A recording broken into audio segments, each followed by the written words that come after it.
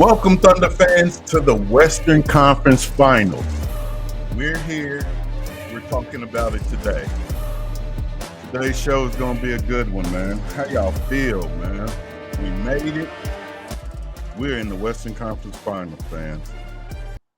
We're going to hop into it real quick. I don't want to hold you guys long, but I'll probably go over because that's just what I do when I talk about the team that I love. Let's get into this, man. Real quick. I'm really calm today. Anxious. Game tonight, 7 p.m. Know you guys are tuning in. Let's go back and talk about Game 7 real quick. First, I want to shout out any fan that was in Paycom Center on Sunday. We do what we always do. We support our team to the end, meeting the players at the airport, standing ovations.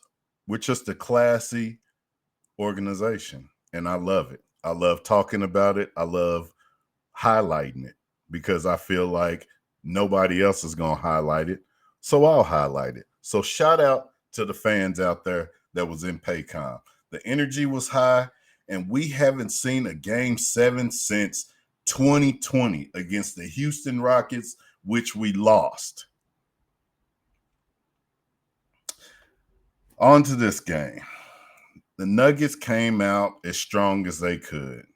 They was up. They had their backs up against the wall, really, if you look at it, without one of their star players and just players looking kind of tired.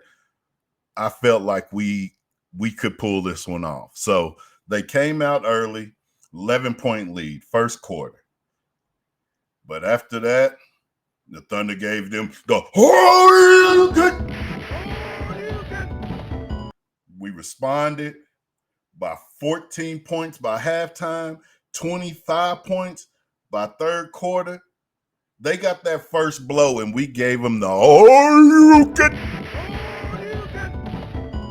Shai Alexander led all scores with 35, 5 rebounds, 7 assists.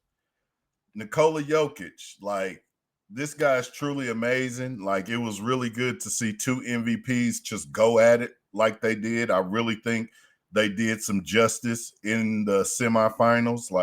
That was almost good enough to be a finals, Western Conference Finals. But Nikola Jokic finished off the game with 20 points, 9 boards, 7 assists. He just couldn't find any help. You look at the players he played with. Bron came out with 19 points. You look at Aaron Gordon, he had 8 points, 11 boards, and Jamal Murray just came away with 13, only shooting 6 for 16 and 1 for 8 from threes. We really had locks on this Denver Nuggets team through and through. Our defense was huge. We forced 22 turnovers, including 16 steals, and we just wore down the Nuggets. They just could not find the answer. I know a lot of times I highlight and I talk about, Jay Will getting in and me disagreeing with some of the Mark Daigneault calls, which that's just something I do. I still respect Mark Daigneault. I still think he's a great coach. That's just what we do as fans. I think that's the right that we have to just complain and root for our players. So, yeah, I was rooting for Jay Will to get more playing time because he did have so much success against Jokic.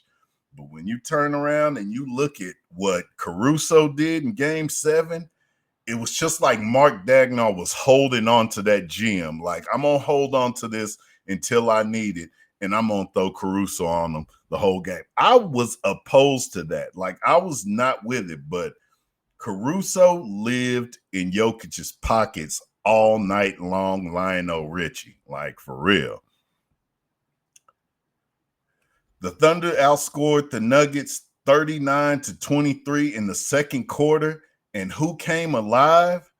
J-Dub. He had 17 points of those 39 points.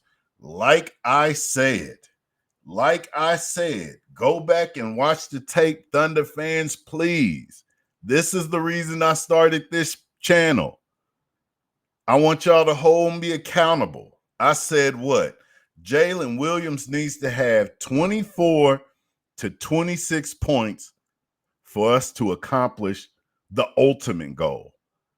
He had 24, 5 boards, 7 assists. We need him. We need him more than any other player on the team because he is that number 2 guy. He give us that 24, 26 points. We are winning a championship this year. Mark my word. At the end of the third quarter, the Thunder was up 25 points. And I just want to give a shout out to Aaron Gordon. Like, I root for big men. If you haven't noticed already, like, I love Chet, Hardenstein, Jokic. Like, Aaron Gordon really has developed, had a great series, and it sucks that he was hurt for this game 7 because he probably could have gave Jokic some of that help he was looking for. But nobody was available. They gave all they could that game, and the Thunder walk away with a 125-93 game 7, headed to the Western Conference Finals for the first time since 2016. I want to go off real quick because this is just what I do, because I still think it's a slap in the face. ESPN doesn't cover us, and I have no idea why. Like, if you put LA in this series, man, they singing LA's praises. You put Golden State in this series, they singing their praises. Like, what do we have to do as a franchise to get that recognition? And no, you don't have to have a whole show designed just for you to talk about us, but we're today's game, and y'all talking about WNBA, y'all talking about where Greek Freak is gonna go. Y'all talking about where Jaylen Brown, if he's a number 1 superstar, if he can lead, but like, y'all talking about so many other things other than the 4 teams that's left. Well, y'all talked about Knicks and Pacers because y'all know y'all gonna give Stephen A some love, but y'all talk nothing, no highlights on any other team, and I think it's trash. I do. The Thunder will match up against Minnesota. This is going to be a good game. And this is some of the reasons that I felt ESPN could have highlighted some of this stuff. Like, you could have got people geared up for the passing of the torch, the passing of the guard. Like, what are we doing? The star players we're talking about. You got SGA, MVP candidate. You got J-Dub, all-star this year. On the Timberwolves, you know, you got Ant-Man, you got Julius Randle. Rudy Gobert has had a very good postseason, offense and defense. Like, he looks good. Jaden McDaniels. Like, this series is going to be huge. Like, I just want them to start highlighting more of the teams in the finals other than stuff that's irrelevant right now. All right, that's my rant. Let's get back to this. So, the matchups are going to be huge in this game. I want to highlight some of these matchups. The first one is a little bit of family ties. You got Shai Alexander facing his cousin, Alexander Walker. That's going to be big. One of these guys is going to be able to talk noise at the barbecue, and one's going to be sitting in the corner salty. Like, this is to go to the finals. That's big. You also got a homecoming in Chet Holmgren, who's from Minnesota and a rim protector. He could be the swinging factor of this series. Hopefully he plays good at home and at home. Like, that would be cool for him to be able to pull that off. Both styles of teams are pretty much the same to me. Both teams are very strong defensively. Oklahoma City, we lead the league in defense, but Minnesota is right there. They emphasize it, and they try to control the pace of the game. This series is going to be hard-fought physical battle all the way, and every bucket is going to be earned. Like, that's what you want in the Western Conference Finals. This series also features 2 franchises that has one final appearance between the both of them. So both teams are going to be hungry to break through and make it to that finals. I know Ant-Man is starving as well as SGA and the Thunder. This is the mark of a new era, just like I was talking about, the passing of the guards. Like you got Shai, you got Ant-Man. Like these are going to be two guys who are trying to get big buckets and carry their team to the NBA Finals, like rising stars. Like this is going to be awesome. I want to talk a little bit about some of the advantages I feel the Thunder have, and then I'm going to talk a little bit about the Timberwolves. First, we forced turnovers at a league best rate. We scored 24 points off of those turnovers in the playoffs. We got the deepest rotation in the NBA. We're very versatile, and we have a deep bench, which allows us to be fresh and strong in the fourth quarter when it is needed. We have one of the best players in the playoffs left, and that is Shai Alexander, which is averaging elite efficiency of 32 points, taking good shots, making good plays. I only want to say game 5 or 6 is one of the games that I was like, he's not playing up to par. But other than that, he's been a class act all the way. Timberwolves advantage. You got the physical, you got Rudy Gobert, you got Randall down low.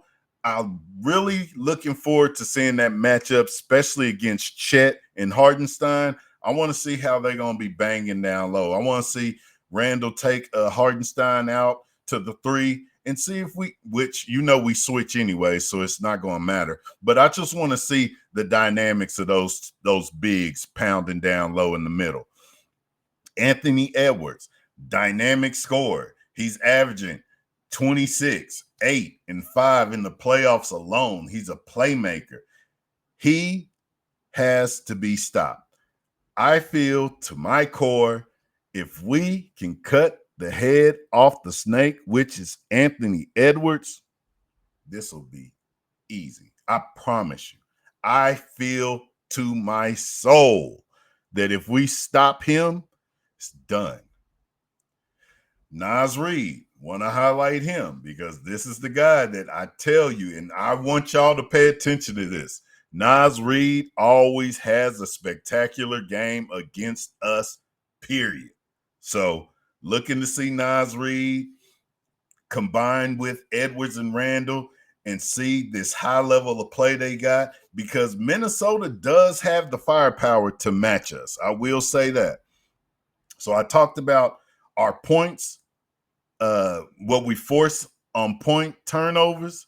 This is going to be the issue for Minnesota. Last series alone, they averaged 18 turnovers a game. We'll capitalize on that. We'll kill that in transition. So if they do that, this game we will run away from them in this series. The Timberwolves will try to slow down the pace of the game while we'll want to up speed and push that tempo and create some chaos with our turnovers. This is going to be good.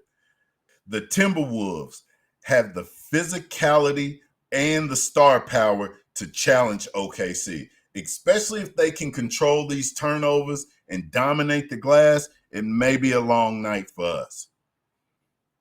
I'm going to close with this. Expect a defensive game, hard fought, where every point is earned, and it may be the first to 100. Whoever gets to 100 first may pull this out game by game. I'm not going to do my good, bad, and ugly because that game 7, I don't have anything, but I just want you guys to enjoy the game. Thank you for thundering up with me, and I will see you next time. This is Big Lance. Hey.